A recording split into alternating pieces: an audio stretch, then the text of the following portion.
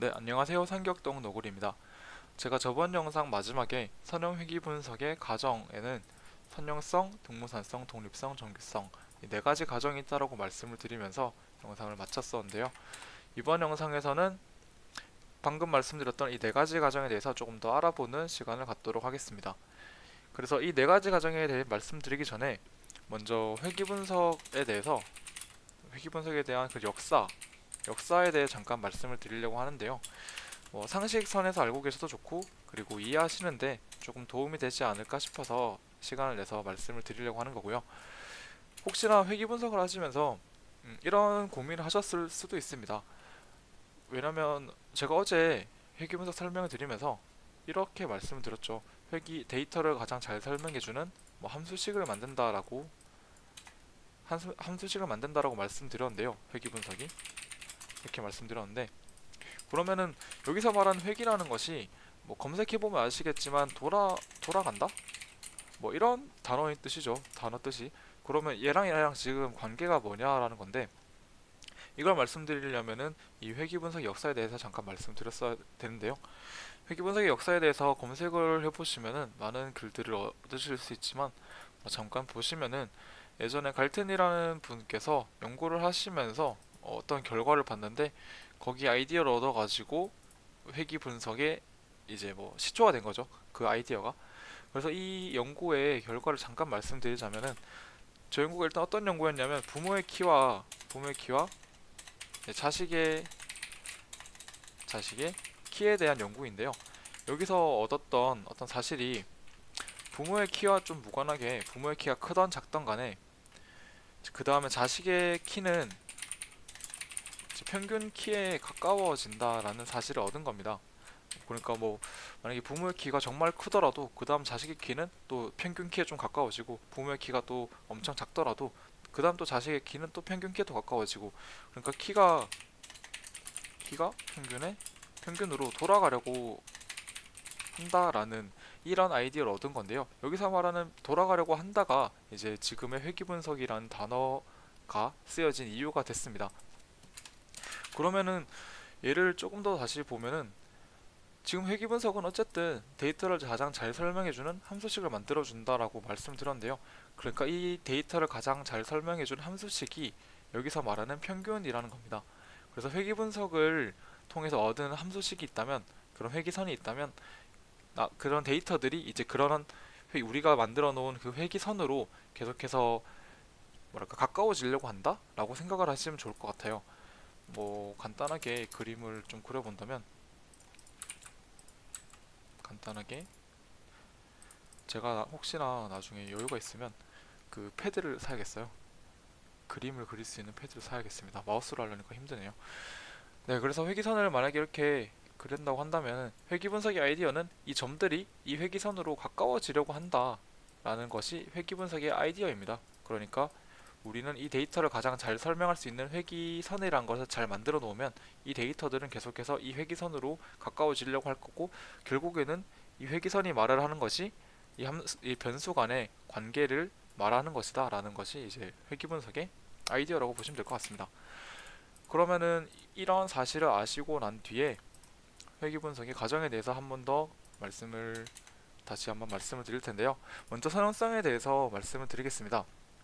선형성이라는 것은 지금 회귀 분석 같은 경우에는 직선식을 만드는 거예요. 선형 회귀 분석 같은 경우는 직선식을 만드는 건데 만약에 데이터가 이런 식으로 돼 있어서 여기다가 저거 회귀선을 만든다고 한다면은 얘는 지금 충분히 데이터를 잘 설명하고 있다고 생각이 됩니다. 그러니까 이런 데이터들이 이제 회귀선으로 가까워지려고 한다라고 말을 했을 때 충분히 납득이 되는 그런 상황인 거죠. 근데 만약에 어떤 데이터들이 곡선 형태다라고 했을 때 여기다가 만약에 회귀선을 만든다면 회귀선을 어떻게 만들지도 일단은 고민이겠지만 만약에 이런 식으로 만들어졌다면은 지금 어디에서도 잘 설명하고 있다라는 느낌이 별로 들지 않습니다. 만약에 이렇게 끄었다고 한다면 지금 여기는 어느 정도 잘 설명한 것 같지만 지금 이쪽에서는 완전 제대로 설명하고 있다라고 보기가 어렵죠. 그러니까 일단은 첫 번째 조건으로서는 선형성이 있어야 됩니다.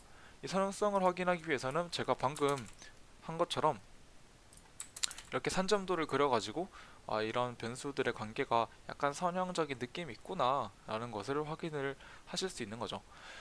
네, 그렇게 선형성을 확인해 주실 수 있고요. 그리고 두 번째 과정으로는 등분산성 과정이 있습니다. 등분산성이라는 것은 분산이 같다라는 건데, 분산이 같다라는 게 사실 뭐 무슨 분산이 같다는 거지? 이런 식으로 이해가 잘 안 되실 거예요. 저도 말씀을 드리려면서 어떻게 말씀드릴까 고민을 좀 했는데, 지금 이런 그림을 다시 한번 보겠습니다. 지금 같은 경우에는 어느 정도 선형성 느낌은 있어요. 약간 이런 식으로 느낌이 있습니다. 근데 제가 빨간색으로 칠할 건데, 지금 데이터들이 이렇게 퍼져 있죠. 그 이쪽에서는 좀 모여 있고 뒤로 갈수록 더 퍼져 있게 됩니다. 계속해서 퍼지게 돼요. 그럼 뒤쪽에는 더 퍼질 수도 있겠죠. 더 훨씬 더 많이 퍼질 수도 있습니다.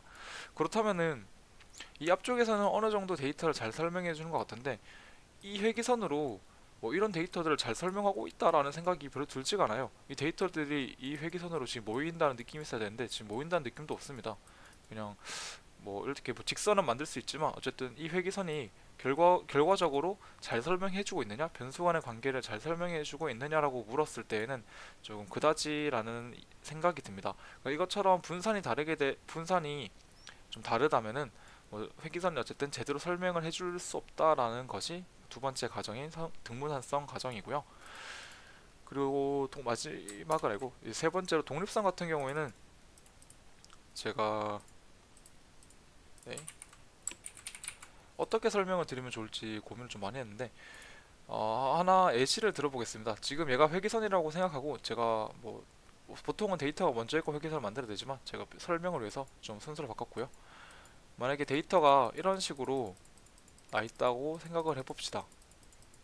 뭐 이 정도라면 충분히 이런 회기선이 만들어질 수 있다고 생각이 들어요. 그렇죠? 충분히 만들어질 수 있을 것 같은데, 근데 만약에 우리가 그거 뭐야 표본을 하나 더 뽑았다면 그 표본이 어디에 있을 수 있을까요? 여기에 있을 수 있을 것 같나요? 여기에도 있을 수 있을 것 같고 여기도 있을 수 있을 것 같죠.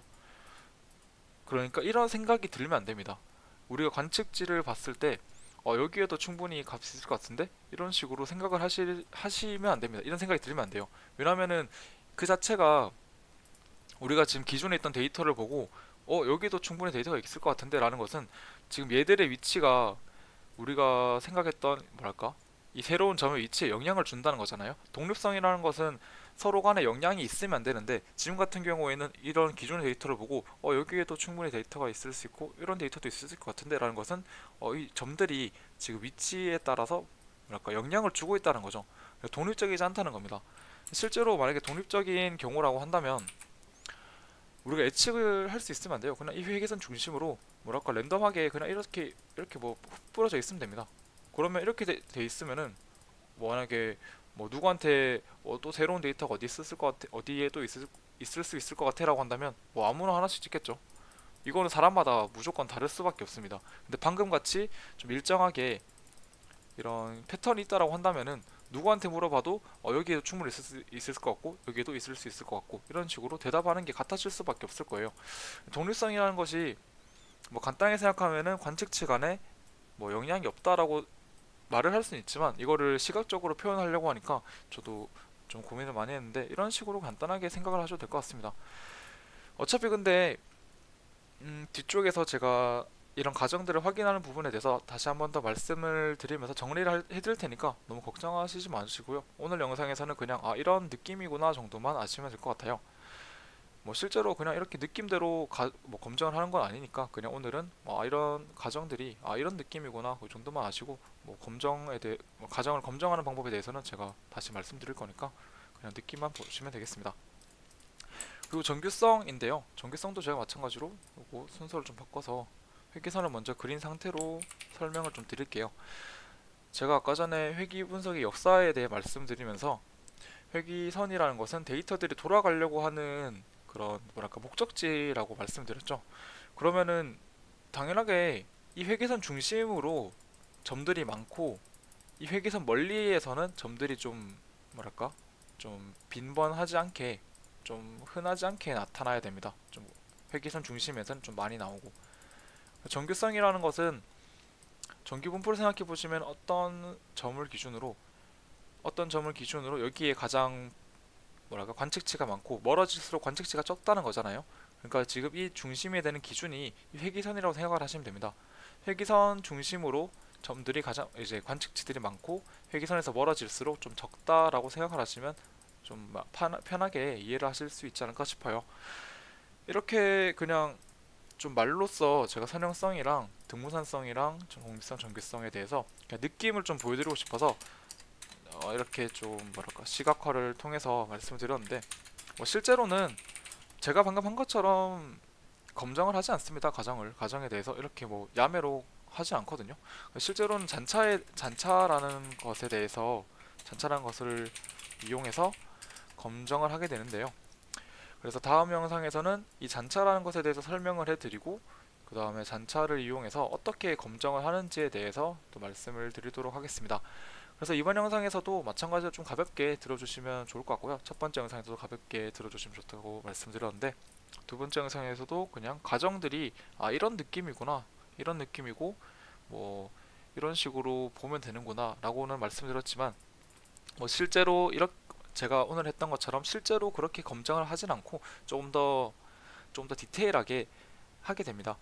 그리고 뭐 잔차라는 것에 대해서 왜 나왔는지에 대해 뭐 잠깐 설명을 해드린다면 선형성 같은 경우에도 그렇고 뭐 동문한성, 동일선, 전기선 다 마찬가지겠지만 제가 지금 이런 식으로 그래프를 산점도를 그렸죠. 산점도를 그렸는데 산점도를 그리면 사실 지금 선형성 같은 경우에는 충분히 확인하실 수가 있어요. 충분히 확인하실 수가 있는데 만약에 독립변수가 한 개가 더 늘었다면 어떻게 될까요?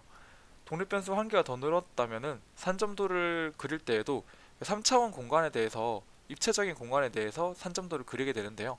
그러면 좀 보기 어렵겠죠.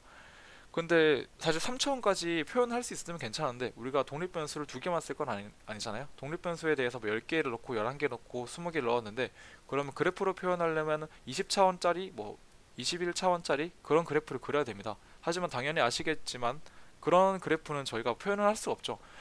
그렇다 보니까 선형성도 결국에는 나중에 산점도로 확인하기보다는 이렇게 잔차를 이용해서 확인을 하게 되는데 이런 거를 어떻게 확인하는지에선 다음 영상에서 다시 또 자세하게 말씀을 드리도록 하겠습니다.